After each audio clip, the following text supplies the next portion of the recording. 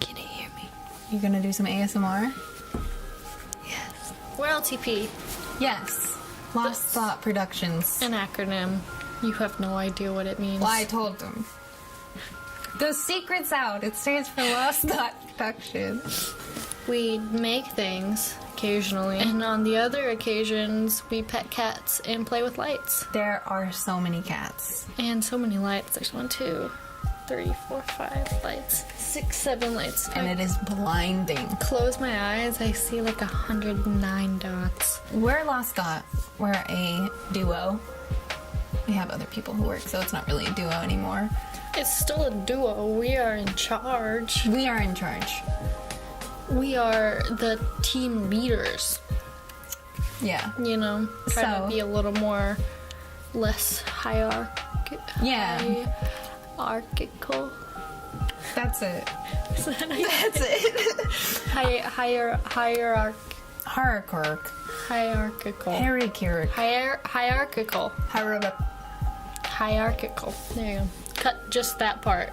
Put where I said it right. Let's ask the internet. For what? If you don't know already, B's partner in crime and life partner has a YouTube channel.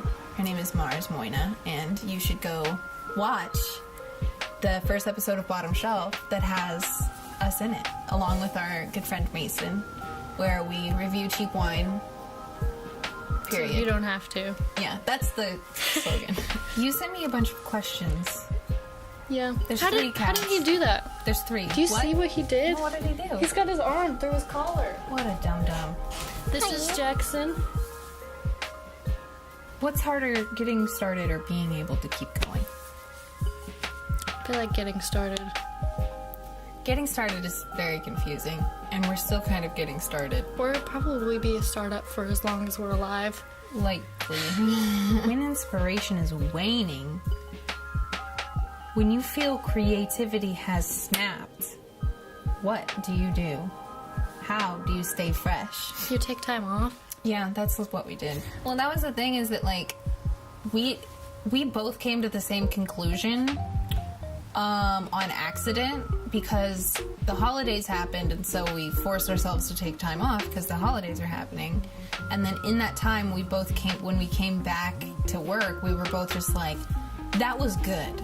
Like, having a break made me excited to do stuff again, and like we didn't know every day when you're doing it, you don't know that you're getting exhausted by it. Yeah. Because you have to keep going and you have to keep doing it. But doing creative work, like, you have to take a step back sometimes and be like, I gotta do something else, so you come back feeling refreshed about it. And that's what happened with us, and it was like it was good. So now we know to take breaks and focus energy into different areas, because it was just like putting all of your creative eggs in one basket gets very overwhelming, even if you don't realize it in the And moment. it's like, even your own projects are gonna like wear you out after a certain amount of time. And it's nice to have like that separation. That's probably one of the best advice. Take time away from your project. Like, if you're working on something, like, literally just close it and then like don't look at it for like several months. Then open it back up, and like you'll have Really? that time away. Shh, Mars, we're making a video.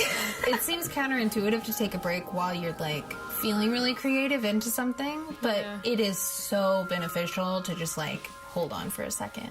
I mean, that's another good question, is like, when do you know, like, how do you know when to step away from something?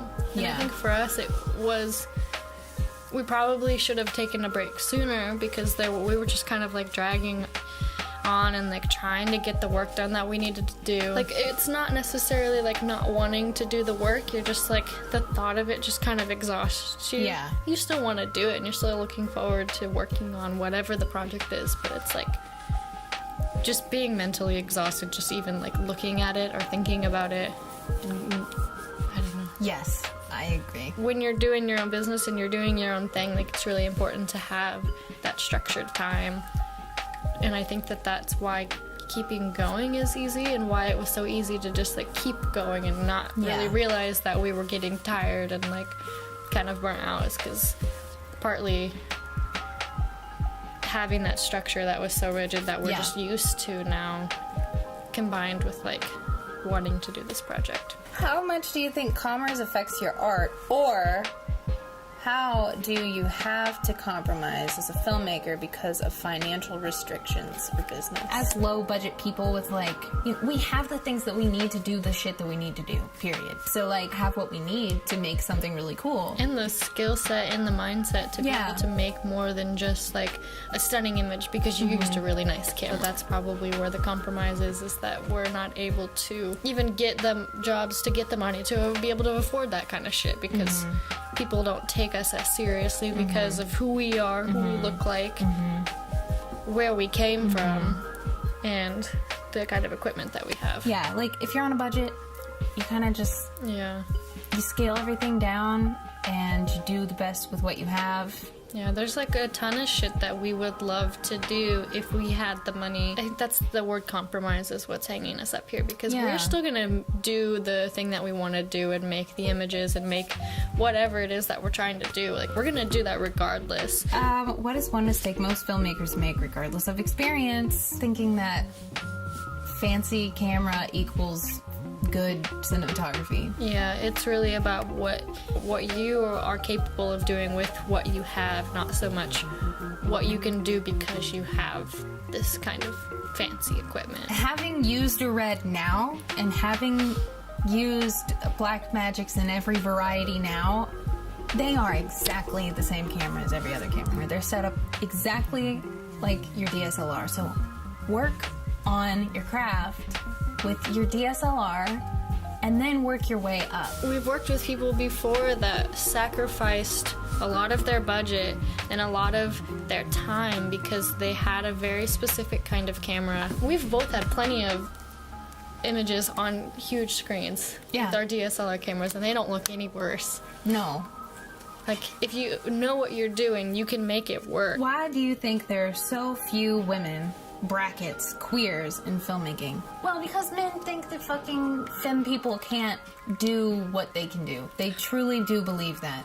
And I've had this irritating experience on almost every set that is, I walk on and people assume that I can't pick something up because I'm a woman, or I can't move something because I'm a woman, or I can't do XYZ because I'm a woman, or they'll check up on me relentlessly, which makes me so fucking mad. Women have to work twice as fucking hard to get even remotely close to the attention that the male counterparts will get. You don't get respected.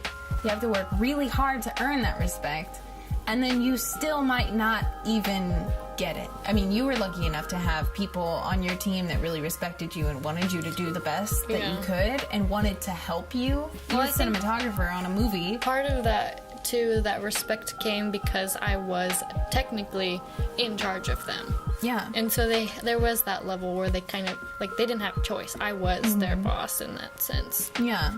And I feel like had it been different, maybe they wouldn't have respected me. It's a question I ask myself, too. What non-film medium most influences your work? Photography. For me. Graphic design totally influences my film work. What concept, idea, or technique do you think is most underutilized right now? And then the next part of the question is, what's the most overhyped? Drones. Or what? Overhyped. Okay. A drone shot, man. You gotta get that drone shot. They just have a drone and they're like, cool, let's do an aerial shot. We'll do a fucking fly-in. Shit. Yeah. And I'm like, what is underutilized? lighting, I feel like both ways. I feel like lighting is both overhyped and underutilized. And by that I mean natural light is so underutilized. But you should also consider lighting in every shot. You shouldn't just point your camera and go to town. Yeah. White balance. White I feel balance is underutilized. Ooh, that's really true. You can people totally change the mood of a shot with white balance. My favorite thing is when you're watching something and they have it on auto Because then they like go into a different room and the light's changes. completely different. Like it changes in the shot or something. Yeah, and especially if you have multiple camera setups and you don't white balance them to the same Kelvin, you're gonna have a really weird, hard time editing, and your colorist is going to hate you. So that was the last question. Art direction. Oh, Underutilized. fuck yes. Oh, bitch. Oh my god. So I watched a terrible movie on Netflix. It's called The Autopsy of Jane Doe. Which is actually, it's like a really strong title. It started out really good. But the reason I kept watching was the art direction.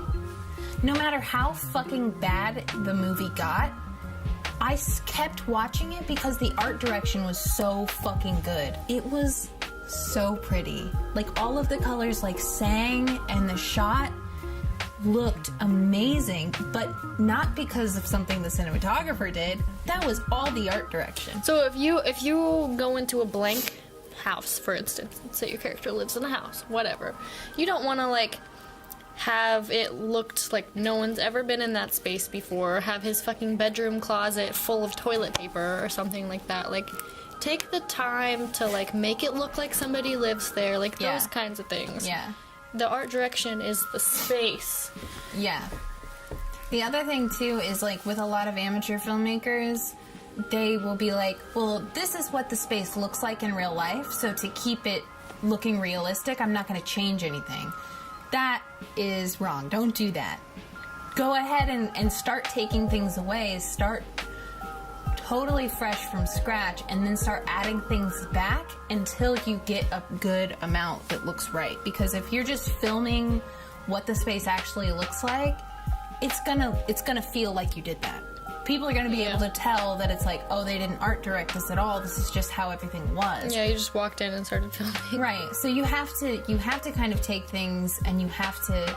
A really good piece of advice that I got was if we're trying to make a kitchen scene and we already have a kitchen, we're gonna take everything off the counters and just start putting back the things that are making it feel like a kitchen, specific to the character, and nothing else. Yeah, like if it's in the shot, it needs to be important. Yeah. Like everything that's in your frame needs to be considered in some way, whether or not that is to leave it or to take it away or to bring something new in. Like, you don't just want to walk into a space and just say, okay, this is good. Like, some of these things might be good, but like, in order for it to feel that separation from like real life to cinema.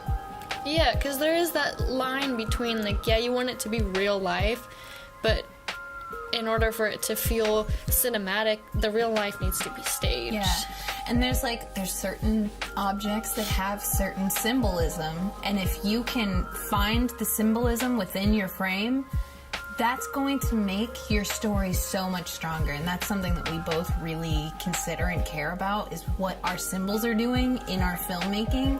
So like, if you have something in the frame that you can bring back into your story symbolism-wise, that's going to make that shot so much stronger. And so considering the objects that are in your frame is very important. Yeah. Is there more questions, or was that No, it? that was the last one. Thanks for watching, and we want to have more videos where we're explaining things, diving into things, teaching how to do things on a budget, all those kinds of things. If there's something that you want to see specifically, let us know. I'll have a behind-the-scenes video that you can go see and check out kind of what the setup looks like. But anyway, we are LTP and we're signing off.